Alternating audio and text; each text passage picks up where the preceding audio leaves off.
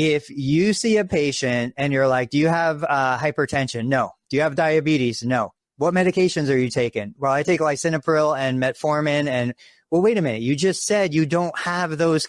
Well, no, I don't have those conditions because I'm taking those drugs, right? To ask a patient to answer healthcare questions on a piece of paper makes no sense to me. They're not equipped to answer those questions. And you're going to have those conversations anyway. I do not live in a place that has Krispy Kreme right now, but someone taught me this weekend when I was traveling that there is a hot now sign. Are you familiar with the Krispy Kreme hot now sign? Tony? No. Tony's not. That's good. I wasn't. Dave is. All right. So how do you explain the hot now sign at a Krispy Kreme donut?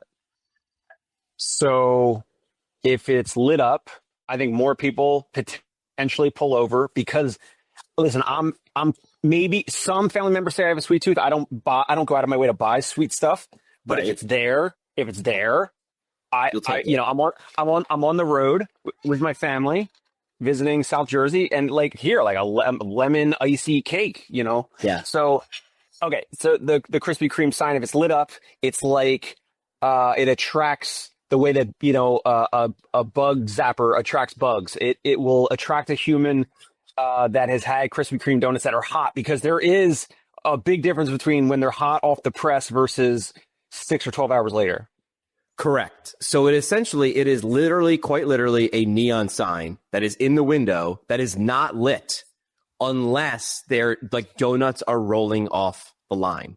So they're not making donuts as much as I wanted to believe the Dunkin' Donuts commercial. Time to make the donuts, right? But it's quite literally a beacon. And then I believe this is a smart move if you have the app. Yeah, here it is. This is exactly what it looks like. It's hot now, but it's off when they're not making donuts. So you drive by and you're like, hey, bro, hot now. I'm picking up a dozen and coming back to the office. So they're pulling levers of psychology. And they're saying like, why is it? Why does it work? Scarcity. It's better hot. It's hot now, but in 20 minutes it might not be. It quite literally is a Pavlovian trigger. It's the bell that is making your mouth water. FOMO and ritual. It's like, hey, I brought them in for the office. People like us do things like this. This is what we do. When they're hot now, we bring them into the office. And visibility. It makes the invisible visible. So how could healthcare or PT clinics steal this? And I wanted to do something with a rep counter. Imagine you had an analog. We're going to talk about analog and paper in a digital world with AI. But imagine you had a clinic. I got a buddy who has a clinic up the road on a decently busy road. And you had an analog counter, like the flip down counter. You could do a digital too, right? Digital billboards are expensive, but they're not that expensive. Could you have some sort of metric like squats, deadlifts? Could you have a group goal in the community to get to 10,000 squats in a month? And if we do, we'll help buy a new park down the street. So what you're doing is you're removing the black box mentality of there's a PT clinic over there. What happens? PT. You can't use the word in the definition. What's PT? I don't know. Stuff. They do a little of this rubbing and then they make you move and they do bridges. This makes the invisible visible and I like it. It actually builds curiosity, especially for people driving by. What is going on in there? The best marketing you didn't have to pay for is you're having people do that. So the community challenge would be nice. 10,000 reps this month and we'll donate to a local cause. You're probably going to donate to that cause anyway, but now you're helping people help you earn that thing. And it makes the clinic feel alive. Like, could you have this hot now mentality? PT is happening here outside of the clinic. Bonus points is every time someone does something, YouTube is really great at this. When you hit a milestone, you get an email saying you hit number of views, but they frame it up in a badge for you to share externally, right? Which is so dumb. And even when I know the trick is happening to me, I still fall for it because I'm a big dumb animal. So how could you steal the hot now strategy from Krispy Kreme? My vote is make the invisible visible and put it out there somewhere. I actually like the digital version, right? Like post it on Instagram, but that's done so much. I like the analog thing. Like now bell bottoms are coming back in, kids. In 2 years, bell bottoms will be back in because they were in, then they were out, and then they're back in again. So that's my still this strategy. I want to hear how Dave can roll that into a mobile kind of business. I know for me, like the easiest thing is always, create a team, whether it's an actual team or a virtual team, but group patients together. Hey, you're purple, you're black, you're blue. We're going to compete against each other. We're going to achieve so many steps, so many reps, so many pounds lifted. I think Strava and a couple other, apps do that kind of gamification, and then just run a monthly competition every 28 days, which team won this month. And if you do discharge a patient, then you fill that spot with another patient. You could even go to like what the NFL does. You could have teams draft new patients. Like imagine you're a new patient coming into a physical therapy clinic. You're scared, you're in pain, you don't have any connection to anybody. And all of a sudden you're up on the draft board and like teams are battling for you. And we want John to be on our team. And, you establish that culture. I think it's such a warm invitation into the community, but I would struggle to see how you do it in a mobile business. Yeah, I was thinking Tony would maybe not even like it and say jokingly, like, tallying up units, like billable units. And for us, mobile visits, I guess it's more about visits and maybe less about reps because you can't group people together. I think the best idea so far from this is already what Tony just said about groups. There's something called The Athletic, I believe. It started in New York City. It was invested by Ann Malum. Ann was the one that sold Solidcore for like $80 million or something. She raised private equity money and she invested in a company in New York City. It's like group fitness, but it's like if I sign up, I'm with the same people Tuesday and Thursday at 6:30 p.m. It's the same 6 or 8 or whatever people. And obviously it builds community. And obviously people know like if I'm out and I'm not there at the workout class together. So I think the grouping patients together actually would be a great idea. Then you could, maybe you could group people together based off of like conditions or diagnosis or whatever to make sure it's somewhat even or fair or whatever. But I think the group thing, like at Tony's clinic, Tony, do you think it would be, if you were to do this, would it be, groups of 2 or 4 or 6 or like what type of number would that even like, how would it even make sense based off of like your volume? Yeah, it's totally arbitrary, but I would say groups of 4. 4 seems to be a good number. When I look at our patient volume, I look at the actual physical space, like how many people could we fit into the physical space? And these groups form naturally, so we have a non-covered maintenance program, a wellness program, independent exercise, whatever you want to call it. But these little subsets of individuals, we have our Tuesday morning, 9:30 to 10:30 a.m. group. They come together, they socialize. Some of them are neighbors. And then we have a different group on Monday, Wednesday, Friday mornings. We have a third group Tuesday, Thursday afternoon, and a fourth group Monday, Wednesday afternoon. So they naturally kind of congregate and come in together. And once they've started seeing each other for a while, they're like, hey, where's John? Where's Dave? Where's Mary? But it seems to me, just based on my experience, groups of 4, probably ideal. I would do 20, 30-minute sessions. I'd get them out of here.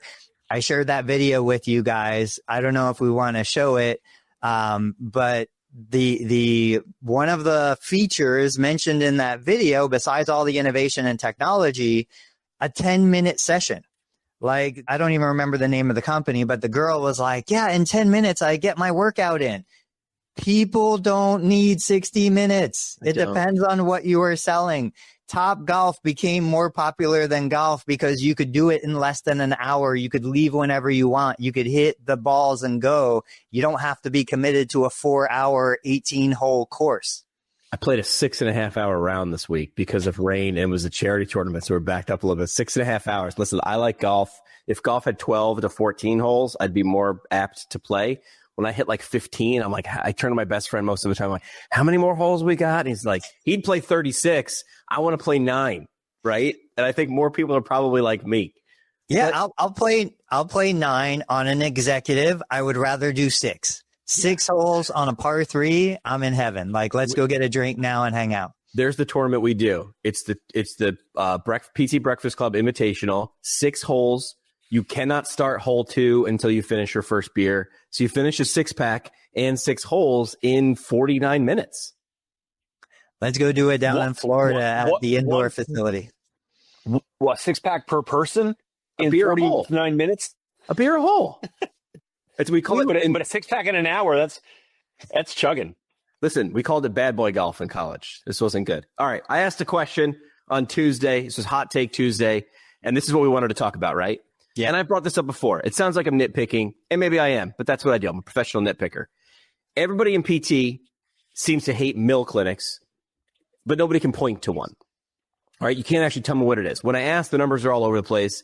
Is it the number of locations, the volume of patients, or is it vibe? Is it cookie cutter, right? So is it objective? Is it subjective? Do you only know it when you see it? If so, hey, touch your ear when you're in front of one. Show me one. I don't know what it is. So I was like, okay, let's create a checklist. Is it number of locations, patients seen per hour by one PT, average time spent per session? Everybody's in love, or for a while, I feel like they were in love with the one-on-one for an hour. Is it using texts or aids? Is it plan of care driven more by insurance? Like, what is it? And then how many do you need to check off of a list before you're deemed a mill? Fun fact, I had 2 different people who work for large PT organizations DM me. I'm not going to say who they were. And they were like, thank you for saying this, because that person gets accused at working for a PT mill a lot. And they're like, but you can't tell me what it is. So they agreed with me. Of course, now they're getting called, this spade is getting called a spade, right? I don't know if they're a mill because I can't identify one. When you hear these questions, you guys are sort of opposites, right? Mobile, one-on-one, cash pay, New York City, and then Tony's brick and mortar, Ohio. What is this question, or what does this prompt set off for both of you? Well, I commented on Jimmy's post, and I said a physical therapy practice that books and treats 4 patients per hour, I think could be defined as a mill. Now, the funny thing is like Tony always says, is there's a lot of patients across the country that are okay with that experience. They're fine with that. It's the therapists that are not okay with it. It's the therapists that actually have had challenges or issues because it's more documentation, it's more notes. Management is, forcing productivity and having them see 12 or 16 or 18 or 20 or 30 patients a day in some clinics. It depends on, obviously, the clinic. And Tony is brick and mortar in network, but still very different than a lot of the bigger corporates out there. So my comment was like Jimmy posed, as he usually does, and oftentimes Tony does, like a question. And I was like, here's an answer. Like, no one in the comments was giving an actual answer. No, That's my opinion. That's my opinion on an answer. All the other things are kind of like, symptoms of the thing. But the thing is, obviously, it's like a productivity measure coming down from corporate or the ownership, because reimbursement has plateaued or in some cases decreased from the last 10 or 15 or 20 or whatever years. And so a really simple thing is like, how is the schedule developed? When my first job out of school, it was a physician-owned practice, but a great mentor, physical therapist that brought me in there. And it was 3 patients booked and typically arrived and treated, obviously 10%, cancel, no show, or whatever. But the schedule was 3 patients an hour. But there was an aide, and at times it was busy. And now more and more therapists coming out of school do not want to work in that model. And so therefore that model has been, poked at. It's been a part of the focus of the profession with therapists, whether it's Facebook groups, it's LinkedIn, whatever. So that's my thought, is like, and now just because if Tony's practice or some other practice does book and treat 4 patients per hour per therapist, per PT or PTA, it's not necessarily a bad thing. I think it's a bad thing when all the patients are just getting the same exercise, or they're all, getting billed 4 units, but they're all being treated like simultaneously, and it's not one-on-one. And obviously that would be fraudulent. So I think 4 patients an hour booked and treated would be a mill, but I'm saying a mill is not necessarily a bad thing. Yeah, I love it. I agree. Like, a mill is not necessarily a bad thing. We all want to complain about how expensive healthcare is. Yep. Yet once we develop an effective system to deliver an outcome for lower cost, everybody freaks out. It's one of those deals where it's like, all right, let's dig deeper. Let's go behind the question. What does this really mean? I've never heard a patient come in and say, oh, that place is a therapy mill. They don't know. They don't care. I've shared this story. I took a picture 2 days ago inside my clinic. So I took a picture because I was teaching my Medicare billing course. And I was like, look, guys, this is a scene inside my clinic this morning. I had a mother-son, both patients. I had a husband and wife. both independent exercisers that had been patients, now transitioned to a wellness program. And I had a third patient. So 5 people, 1 therapist. We had an amazing time. Everybody was happy. Everyone was having fun. Like everybody was getting better. And I would tell you that nobody felt ignored. Nobody felt like, this is the real problem. Patients complain not about too many people. They complain about feeling ignored. They complain about the therapist in the computer and not focus on, making me feel paid attention to. Listen to their jokes, laugh at them, listen to their stories, connect people to each other. Nobody feels like they're getting a bad experience.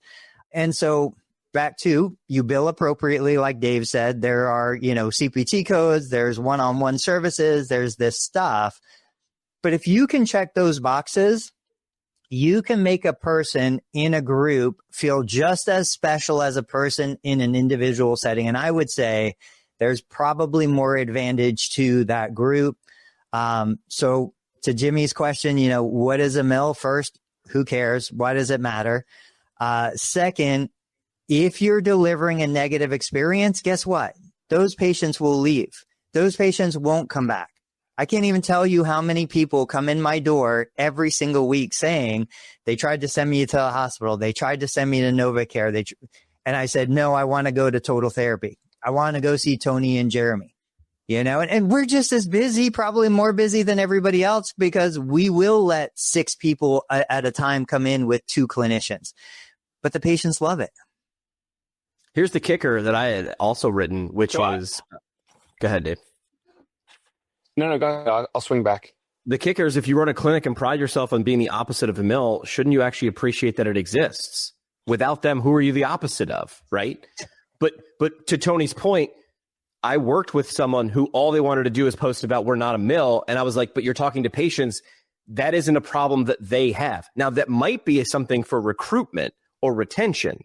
Hey, we're the opposite of this, right? But just be the thing that you are, and people will either love it and stay or hate it and leave. But don't change for that. If this is how you want to operate that way. You got to like it first. All right, I get the pushback on both of what you just said, because there are people that call us. Now, this is in the New York City area, but I'm assuming it's similar in most cities or metros. There are people that call us and they will specifically say, or sometimes we have to ask, like, oh, like you had back pain. Like, is this the first time you had it? Like, oh, you've had it on and off for 10 years. What else have you done for it? Like, what other providers, procedures, what have you done? And if they say physical therapy, so you had physical therapy, like, why aren't you calling them? Like, I'm curious as to why you're not going back to where you were before or whatever. So some people will either directly or indirectly call us and say, I'm not going to that outpatient office, and they'll mention names. And sometimes they don't want to mention names because they don't want to, bash people or whatever, but they will say, I'm not going back to that office because it was busy. It was a frenzy. They don't always say the word mill. The factory patients, the layman term is factory. They'll say there were too many patients. I want more attention. They weren't giving me enough attention or treatment or whatever. And they were treating 3 or 4 or more patients per hour at the same time as me. So I'm pushing back on both of you, because there are at least folks that have had physical therapy elsewhere that then go on Google or Yelp or whatever. They find us online, or they ask their physician, and then want the one-on-one experience. So there are some folks that have had that and look elsewhere. And if you're not hearing that, Tony, it's because maybe they, like the folks that wanted the one-on-one care, they're looking at your offering first, and you're not going to hear those calls the way I'm hearing, right, in my opinion. I agree. Confirmation bias, like absolutely no doubt. You're going to get the people that want the one-on-one attention, just like the manual therapy. Again, you're going to get the people that want manual. They want hands-on. I might get the people who don't care about it, don't even know about it. And that's the whole idea behind find the gap in the market and go fill that gap. When I was doing a lot of rehab for patients that had fibromyalgia and other chronic conditions, we tended to do more one-on-one private office, like go in the exam room. Today, I haven't been in an exam room for like 10 years. It's just understand the audience you're serving and double down. Motorcycles, because you have motorcycles in your exam rooms. That's right. Makes complete sense. Water finds its level. Like people will like and dislike, and that's good. I think that's good. It's choice. Right? And the choice is what, we should, I don't want to get political. Choice is what we should be protecting in this example. Like if you don't want to do what I do, awesome. Don't freaking do it. I don't care. That's less competition for me, but let me do what I think is best. Let me deliver a 10-minute visit. I don't know if you guys saw it. I'm curious to hear your perspective. Let me take a new patient phone call and convert them into a telehealth visit while they're on the phone to make that a billable event. So I'm not giving away that time anymore. And the people who don't want to do telehealth, don't do it. It's good. Like, who cares? But if I can offer a quick solution to somebody who's suffering right now and never be in person with them, I think I have the right to do that. Agreed. Did you guys see that post? What are your thoughts on that post? I didn't see the post. I want to talk more about it. Like, are there any other practices that do this, Tony? That, I mean, corporate. To my knowledge, so let me break it down. Why wouldn't they do that? Let me break it down kind of like I did, and then you guys can tell me what you think. So the whole idea is Medicare continues to pay for telehealth through the end of September 2025. Unless the laws change and extend, we lose that ability end of September 2025. When a new patient calls my clinic, and the comparison I made in the video was I said, look, imagine you've got a toothache. You call the dental practice. You're like, my tooth is killing me. Oh yeah, that's a different version of the same thing, but my tooth is killing me. The dentist can't get you in for 72 hours, but the person on the phone says, Tony, just hang on. If you want me to get Dr. Dave, the dentist, on the phone, switch to a video call. He can take a look at your situation and give you some recommendations for temporary relief. Now, I was talking to Michael Derry last night. Michael wrote a book. He's working on getting it published about sciatica. I think, Dave Kittle, you're probably in this world. There's probably things you can do for somebody suffering from sciatica who went to the emergency room, nothing they could do to help them, got them discharged with muscle relaxers and pain meds. And if they got on a video call with you, even if it wasn't as good as seeing you in person, they couldn't get your magic fingers, you could probably give them 2 or 3 things to do to manage the symptoms.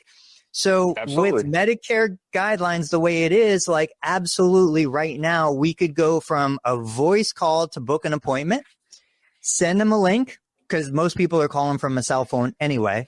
Send them a link, switch them to a video and audio live chat or live call, which is on a HIPAA compliant platform. And now that becomes a billable evaluation. And when you look at the Medicare guidelines, CMS Chapter 15, Section 220, it says very, very clearly all you need is a diagnosis, sciatica, shoulder pain, whatever, and a functional assessment. John, can you bend over and put on a sock? No? Okay, my functional assessment is done. Now let me give you something to help the sciatic pain right now, and then I'll be at your house tomorrow, in a couple of days, whatever you need to do. Like this, nobody is doing it. Nobody is considering it. Nobody is talking about it. I've shared this idea for a long time. I don't do it, disclosure, just because I'm too busy. But there are a lot of practice owners, new startups, small independents that are not too busy who could be doing this right now. Thoughts? Dave probably hates it because it has to do with a Zoom call. I think he loves it because he can use his knowledge. We did this, or I did this during COVID for folks that were like too far away outside of the New York City area. Jimmy, what do you think? Dave, you're cutting out a little bit. The audio is cutting out. I think. Yeah, I mean, we did it, but we would charge at that time $250 up front, so they would have to have already paid $250. Yeah, and that's reasonable. I mean, it's an emergency situation. I need help right now. If Medicare didn't cover it, it would be a self-pay service. Agreed. Yeah. I mean, this is increasing to access, and the audience is going to decide. The water is going to find its level. If people hate this idea, your phone will stay silent. If they like this idea, it'll ring, or somewhere in the middle, right? Is this going to be only, right? The quote I used just the other day, only a Sith deals in absolutes. That's Obi-Wan Kenobi. I know you're Star Wars fans. So I don't think it's an always or a never. I think it's when it fits. It's really, really great. And then the next layer to this is imagine the rapport, imagine the relationship, the trust that is built right then and there, because this person has a real problem with real urgency. And you're like, hey, I realize I can't make it, get you in person right now, but I can help you a little bit. I can help you for now. And then when I'm in person with you, then we can take care of this permanently. That's a patient for life. That is somebody that is going to be so deeply indebted to you because nobody else is even considering this. But this is an idea that can go out to any service professional. Plumbers. Hey, I got a leaky sink. Well, it's not an emergency. I can't get out there for a week. Sure. Switch over to a video call. Show me the sink. I'll tell you what you can do at home on your own to at least temporarily fix the problem. And then when I come out there, I'll fix it permanently. Like car, my car is, making this weird noise. Well, let's switch over to a video call. Let me see what's going on. Let me hear it. Let me look at it. Okay, try this, this, and this. I'll get you in next week. Everybody should be doing this across all services. Computers will create a paperless world. I heard that in second grade when I first was brought into computer class in second grade, and we sat in front of a bunch of Macs. And yet we're going to crack up because Tony just got a call from a local doctor's office right across the street, a hospital-owned primary care physician group, and he asked for paper referral pads. What did I miss in the story? So real quick, backstory, I've always done paper referral pads. I've done group referral pads. So I'll get all the physical therapy providers within a geographic area, put them on my referral pads at my expense, send them to the doc office. I've done lots of different kind of things like this. And I really started to feel all right, it's probably, run its course. Nobody cares about this anymore. A couple of years ago, I quit sending the pads out. And so yesterday I'm sitting here at lunch, the phone rings. I know it's the doc group next door. And I'm like, I don't want to answer that. Either they're requesting medical records or they want to schedule an appointment and I don't want more patients. So I let it ring. It went to voicemail, but they didn't leave a message. 5 minutes later, rings again. I'm like, all right, I got to be a big boy, put on my big boy pants. I answer the phone and they're like, hey, can you send us over more referral pads? We've got patients and we ran out. I was like, oh, okay. I send my son who's doing a summer internship with us across the street. He drops them off. The point in that story, though, is these guys are all hospital-owned physicians. They're great physicians. I've known them for years. They are pressured to send to the hospital outpatient clinic. There's zero doubt. But they still need their patients to be seen. The hospital outpatient is full. They give the patient the internal EMR, the Epic EMR referral, but they also wanted the referral that has our address and our information and the other stuff on it. So we sent over a handful of pads. It reminded me that this is still a thing. And now I'll go and I'll start sending them out to all the other docs in the area. Dave had a comment. Dave, you're grinning. No, Jimmy, you shared the screenshot with my comment that I had messaged you guys yesterday. I screenshotted that. I was going to post it publicly, but the comment under Tony's post, I didn't post it, but it had said something like, in healthcare, paper referral pads and fax machines are still used, but Tony Maritato thinks artificial intelligence is taking over. Think again. And I believe it. I believe that. I know Tony has a lot of faith and enthusiasm for artificial intelligence. But our practice, we don't have a fax machine. We have referrals and people call up or, nurses or whoever, and they're like, what's your fax number? I used to say our fax is down. Can you email it? Now I just say, can you just email it?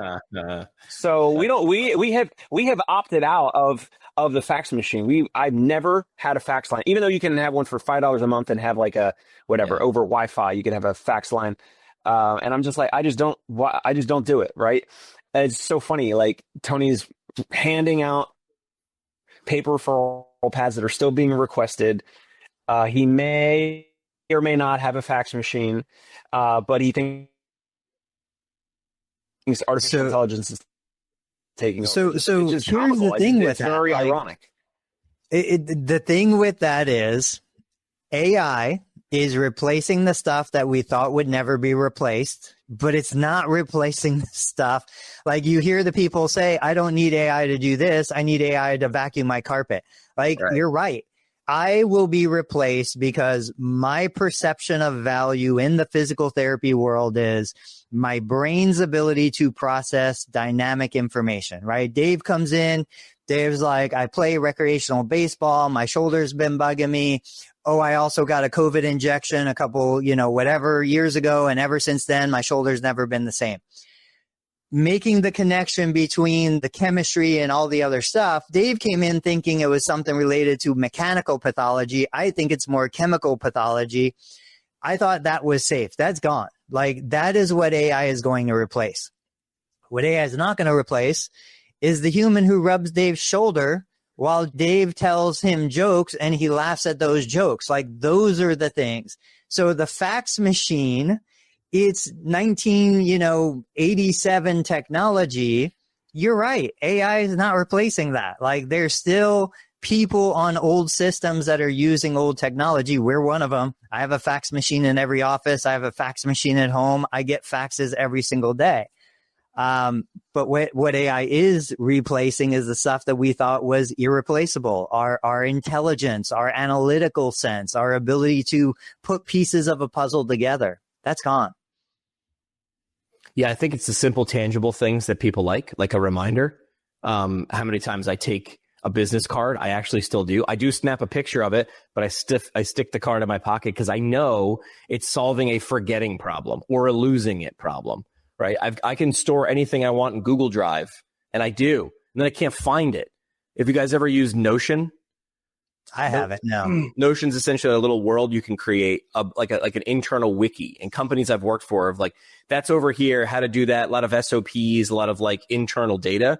And I, use the phrase, and I don't know, probably not the first person to use it. I'm like, it's in Notion. The answer kept being, it's in Notion. Hey, does anybody know how to do this? It's in Notion. I'm like, yeah, but Notion's an ocean. Like, I know it's in there, and I'm here for you. Can you tell me how to do it, or can you point to where that thing is? Because I looked there already, and I can't find it because it's in a sea of everything.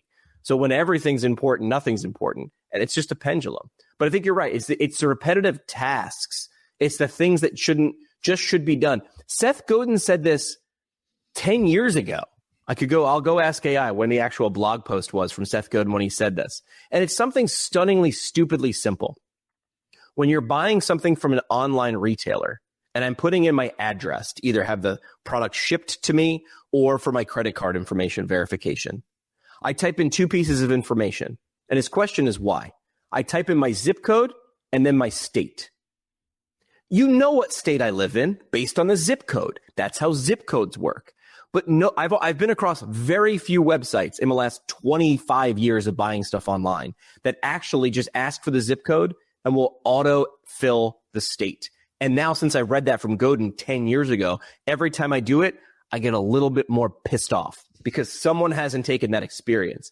Now, the paper referral pad to me is just a physical embodiment of that. That's a psychological nudge, right? You're probably going to lose that or throw it away, or maybe you do actually tack it up on the refrigerator. But I think it's a yes and, right? Is AI going to take over everything? No. Hopefully it's the repetitive tasks or filling in what state I live in after I tell you what zip code I live at. So that goes back to one of the things that when I started my business back in 2001, I said, I am never going to do this. I am never going to give a patient a packet of new patient paperwork. I'm never going to give the patient a health questionnaire that they have to answer questions on and fill all this stuff out. One of the things that I do when I'm teaching my Medicare course is I go to random PT websites and I show their admission paperwork. And I'm like, why are we even asking these questions? Like these questions have no relevance, or I can get all of this information if I get this one piece. Give me your Medicare subscriber ID, your name and your date of birth. I'll get your address. I'll get your phone. I'll get all of these other things.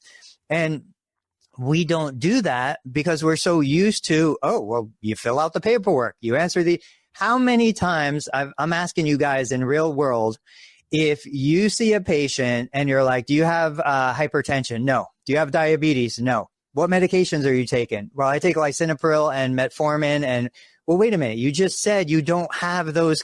Well, no, I don't have those conditions because I'm taking those drugs, right? To ask a patient to answer healthcare questions on a piece of paper makes no sense to me. They're not equipped to answer those questions. And you're going to have those conversations anyway. And so that's what made me rethink my whole patient experience. I'm like, look, this person pulled into the parking lot. I saw them get out of the car. Do I really have to sit here and go into an exam room? I watched them get out of the car, close the car door. I saw if they have an assistive device. I saw them come in my clinic, like they're standing at the front desk. My evaluation is finished. Let's go start making you feel better. That's what I want to work on. But I don't think we either we don't teach these skills or we don't tell therapists like, hey, your evaluation starts at that first moment of contact. Agreed. We do it at the airport. We watch people walk. We watch people move. We analyze all of their stuff, right? The question is, well, I think the question is, well, how does this change? So how does that change? How does that model change? If this is the way it's always been, and these are the things that are always required. I mean, Craig's pointing out HIPAA makes facts or e-facts necessary for plan of cares when clients use insurance. Like, so is it chicken or the egg? Like, how does this thing actually change? Is it not doing it? Is it, is it the same? Is it the same question of like, how do PTs get paid more? Well, we all have to opt out at the same time, and then we'll show them demand. And my response whenever I see that is, have you tried to get 8 people to go to dinner on time and agree on a restaurant? You're going to get 100,000 physical therapists to do all something that's threatening their livelihood at the same time. I mean, that's never going to happen. So the question is, how does this ever actually progress, or does it? I think someone like Dave, Dave starts laying the groundwork. I'm shocked. I am that Dave doesn't have any kind of fact system, not even an e-fact system. But it's either going to take somebody on the provider side or somebody on the consumer side who's going to be like, no, I'm not going to do this anymore. Why am I still filling out all of these forms when you have all of that information at your disposal? I think it'll only change when the people that are asking for it, so insurance companies, right, when they actually think it's either better or cheaper or more in their interest to not require it. But for them, it doesn't add anything. Like for me, like the more documentation a PT fills out or a healthcare provider fills out, the more opportunity there is to deny something. Like you're giving them ammunition. Like the line in radio that I was taught was hand them enough microphone cable and someone will hang themselves with it. Let them talk. They will talk themselves into a box. I want to go to Dave and the guy he was talking about.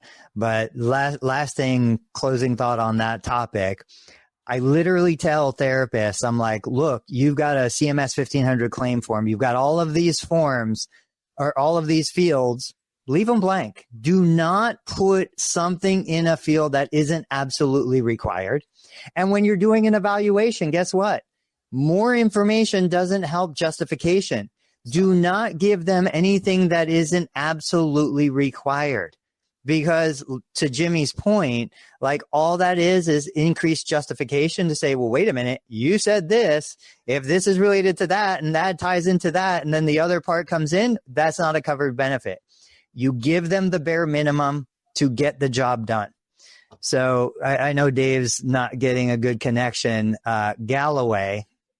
Yeah, I've seen this guy. I don't even know his backstory. Like he showed up on my algorithm probably because 10 people that I follow watch him, but he's got some unique thoughts. And you said you agree with 50% of what he says and disagree staunchly with 50% of what he says. So what is it that you disagree with? Let's put that on hold because Dave was the one that brought it up first, right? Right. Yeah, I want to hear what Dave has to say. I mean, effectively, he's got $100+ million. He has the freedom to talk about certain things and choose a certain path. And I'd be curious to see what Dave says. If Dave doesn't come back, what were you going to say? Well, I was going to go to the rundown because he did a thread. And this was so it wasn't just about like who this guy is and do we agree with him. I was sort of trying to buy time there for Dave to get back on the Wi-Fi in the diner that he's at on vacation. But in this thread, Scott Galloway is talking about the war on young people. And Dave in the group chat was saying, hey, maybe it's not a business model or PT making less. his view here was it's everybody. So since 1974, the median labor income is up 40%, but the S&P 500 is up 4,000%. So essentially he's saying the contract was work hard, go to school, grind, play by the rules, and of course you'll do better than your parents, because that's the way it was for a couple of generations. But today's youth or today's worker makes less than their parents did at the same age, even with a college degree. So deeper in debt and lower income. So we got bamboozled. So he's essentially saying that it's not a resource problem, it's a values problem. We have to fix it, but all these things that he lists is not a me fixing it for myself problem. Expanded public college access, reforming tax code to reward labor, loosening zoning to lower housing costs. Like all these things are things that a municipality or a government would need to do.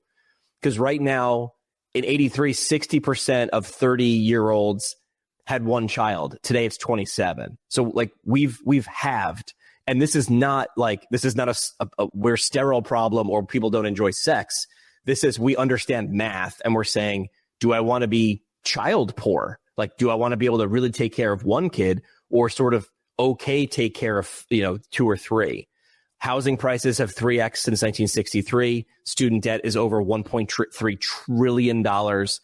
And depression, self-harm, and loneliness. So we're poorer, we're more unhappy, and we're more in debt than the people before us. And I think over the last couple of years, they've charted the average life expectancy has actually gone down, even though we're smarter. Why is this happening?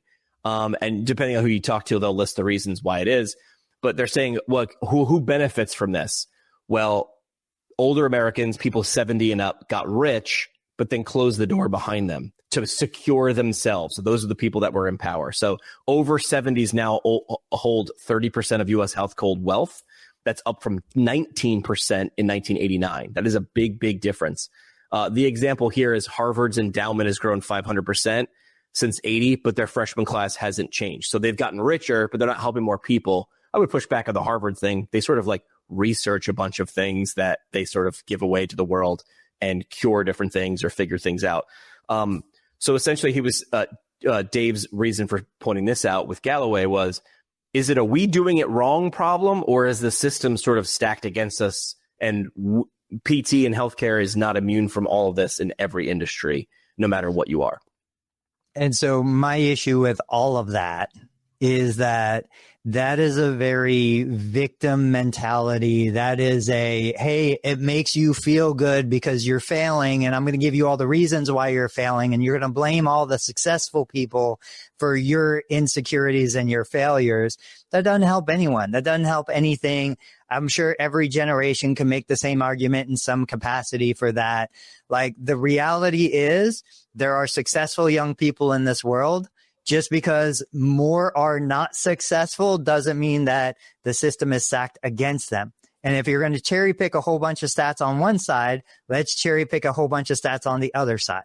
Right. And so this is the fundamental problem that I have with his general content. I like him. I like his ideas. I've watched them on My First Million podcast and a bunch of other shows. I just try to balance the propaganda, sure, with what the value that he might be able to deliver to some people. He's kind of crossed the tipping point for me. I don't even click on the interviews anymore because it's just too far down that victimhood mentality. I do like identifying a problem. Like, hey, listen, there are some things out there that are set up where if you try to fight against it, you're going to lose. So don't fight that. Like, figure it out somewhere else, right? Like, I did the math a few months ago that said I was paying off my student loans at a pretty good clip, well above average. And I did the math and said, if I paid $72,000 off at the interest rate I had, I was going to pay $250,000 over 10 years. $250,000, $180,000 in interest on $70,000. So I did the math that I'd rather be poor for 2 years and not go on vacations for the next 2 years. Jimmy in 20 years is going to appreciate that. Like, yeah. That wasn't the way, 2 generations ago, right? People talked all the time about working a summer job to pay off college. Well, I could just get pissed off that college is expensive, but I signed into that. So I decided to be poor now and worked extra now. And I didn't, and I'm not going to, it's not the give up the latte a day, whatever. It was, no. It was bite very, very hard on your bank account and understand that you want to make sure you're secure. I understand what he's saying here, but I agree. And, sort of both sides understand how the game works. The game is get people riled up. If they're riled up, they love or hate you. And both of those things are good for business if you're in the attention business. Yeah. Yeah. And I've played the game the other way. I've put out posts where I'm like, I understand everybody. I just watched a little video clip where they were showing like a McDonald's commercial, and you get 2 Big Macs and drinks and fries for $2.58. Now it's $25.68, But on the flip side, I was also the person who spent $7,000 on 100,000 words of content in 2023 that I can now get for $20. There have been some, yes, my house today is worth double what it was when I bought it in 2006. That's horrible if I want to buy a house today. Right. But on the flip side, there is access to AI and other technology that now I can run a clinic just as profitably with 3 people that I used to have to hire 10 people for. So there's always going to be opportunities, and we see it all the time. We see young people that are doing things, generating millions of dollars that are no smarter than anyone watching this show right now. They just chose a different path. So we can acknowledge the golden handcuffs. We can say, look, I spent a lot of money on my college degree. I know that I've got these responsibilities, but if finance is important to me, financial security, financial independence, then maybe I'm going to go where the money is. And then I can come back to the thing that I'm passionate about. Like, we all have to clean a toilet at some point. Nobody loves cleaning a toilet, but it's just something that needs to get done. So go do that and then come back to the thing that you love. You had a post the other day about love, and the way to get work-life balance is to work on something you don't care that much about. And that pissed people off. Tell me why you wrote it. And I sort of agree with you. Yeah. How all this fantasy about do what you love and you'll never work a day in your life. Total BS. The best professional athletes spend the majority of their time doing things they hate just so they have a fraction of the time doing something that they love. But, if I don't want that emotion to control my existence, like the highs and the lows, if I want to cut some of those peaks and troughs, you do something you're good at, but maybe not something you're crazy passionate about. I'm good at this, whatever, accounting.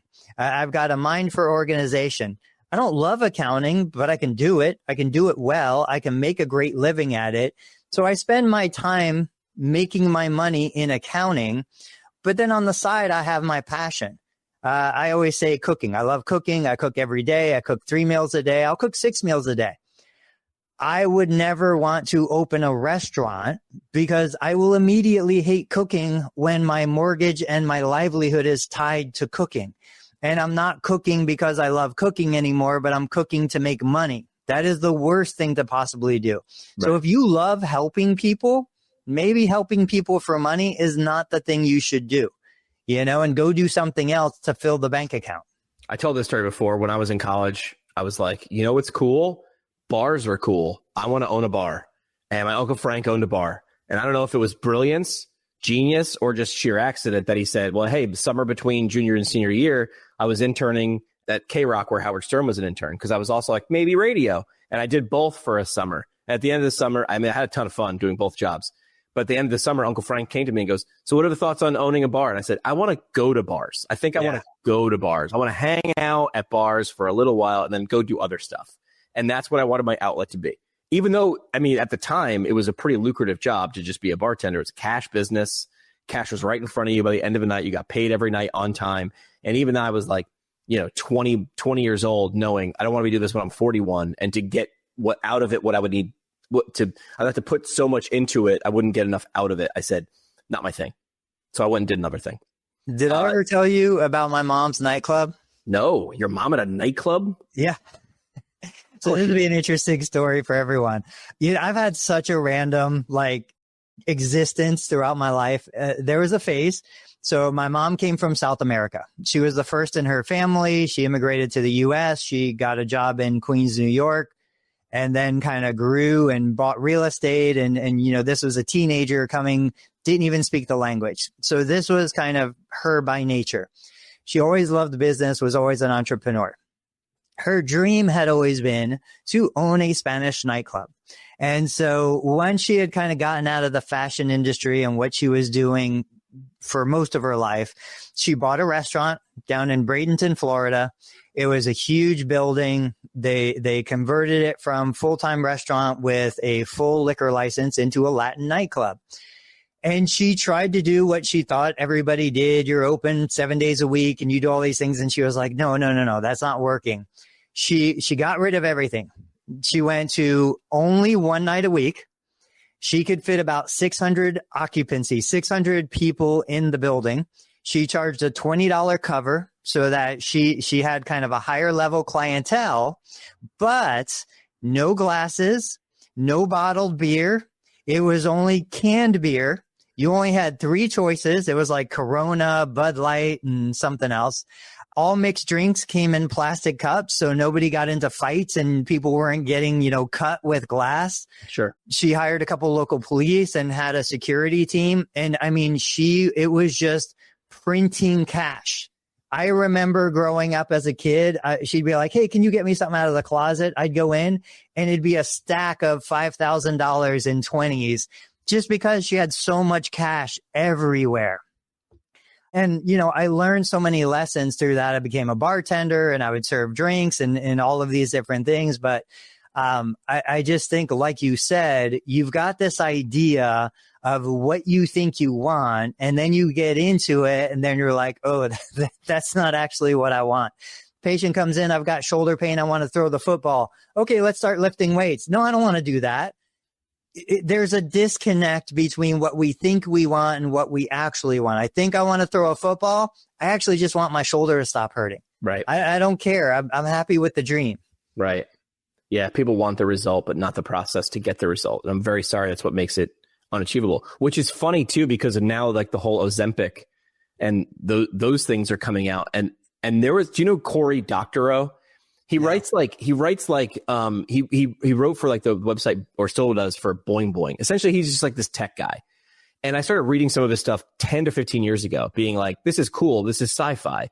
And then slowly, after I stopped reading his books, the stuff that he was talking about started happening. Like, he was the first person I ever like read a fiction book about 3D printing before I ever heard any article on 3D printing. And he talked about 3D printing and what would happen 10 years. What will that do to the economy? What will that do to value? Where does value shift? If I can just steal a plan from an object that you took years to figure out how to make and ingenuity to make, and I can just download it and then print it myself. I don't need you anymore. In parallel, he was talking about biohacking and talking about one of the characters was a genius, but always obese and overweight. But he started doing this biohacking thing. And of course, now he became this version, a good looking guy in shape, but didn't have to do any of the stuff. He in turn had to ingest like 6,000 calories a day or something to keep up with it. It was an increased metabolism drug, essentially. But what that did to his life in the later years was not good. And I'm looking at this saying, these people, same parallel, they want the result, but aren't doing the work. But they're like, well, I can get a pill or I can get a shot and I'll get that. Yes, we talk about my right. I have the right to be in shape, but not the responsibilities. And this is political, or this is just math. Yes, you get rights. What people forget to talk about is the responsibility that you are actually that you owe to that, whether that be political and government or biology. Yes, I'm injecting something and it's going to make me lose weight. What else are you responsible for that it's also going to be doing? I think people rush in for those rights, the outcomes, and they don't stick around too long for those responsibilities. Or when the bill comes, when the check comes due, they don't want to pay it, of course. All right, so Dave's somewhere in a diner in South Jersey. You want to do parting shots? Yeah, let's do it. So, Larry Benz, I just saw his article. He's talking about Ozempic and how, what the role physical therapists are going to play in that whole weight loss Ozempic world. If you're not, my parting shot is if you guys aren't out there, like seeing what the thought leaders are talking about inside and outside the profession. I was on an interview yesterday with Neil Trickett from Practice Promotions, and we talked about, who do I follow? Who do I look at? I don't look at anybody within the field. They're great. I want new ideas, fresh ideas, different concepts. So I go outside the profession of physical therapy. I look at other business models and I reflect on that. And I think about how we can bring those concepts into what we're doing to deliver a better patient care experience. So don't be afraid to go outside of PT. I would yes and that, which is don't be afraid to do it. I'm going to say you have to. If you're just photocopying what everybody else is doing. I remember being in radio 15 years ago, and when I got to run my first radio station, there were all these industry conferences and stuff like that. And I remember my boss, the general manager, would be like, "Do you want to go to this? Do you want to go to this?" And I got to be like, I was like, "No, I'm figuring it out here. I'm watching commercials and figuring out what huge corporations are doing. And then I'm stealing that idea, or how can I, or even just understanding it. Even I didn't steal everything that I saw because it wouldn't fit, not because I was too proud to steal something." Right. I got a lesson early in my radio career, and it doesn't matter that it was a radio lesson, which is good artists borrow, great artists steal. Like the thing that you're thinking about stealing, but you don't want to, they stole it from someone else. They stole it from someone else in a different industry. Staying within healthcare or PT you will not find those ideas unless you're stealing from somebody who's already stolen from outside. And that's stealing from outside by proxy. We're back on Tuesday. Dave will be probably off vacation somewhere, not on the Jersey Shore. Take a listen and subscribe to everything. What do you got going on this weekend, Tony? Anything good? Oh man, kids are getting into sports, already. Like the next year hasn't even started, and we've got basketball, we've got baseball, we've got some football starting. What about you? Father's Day, hanging out with dad, steak. This is true. Probably that pool. It's going to be some good weather finally in the first time. I think there were 31 weekends in a row with some precipitation in New York State. So fingers crossed we get a Father's Day weekend without some rain. We'll see you guys here back next week. Thanks for spending time with us. We appreciate it. All right, we'll see ya. Hey, it's Dave Kittle. Are you a healthcare business owner or physical therapy practice owner who is looking to figure out your succession plan or exit strategy? We might be able to help. And in fact, we may be interested in acquiring your practice. If you're interested, you can reach out to me. Shoot me an email at dave@conciergepainrelief.com. That's DAVE@CONCIERGE painrelief.com. Or you can call me at any time, 646-781-8884.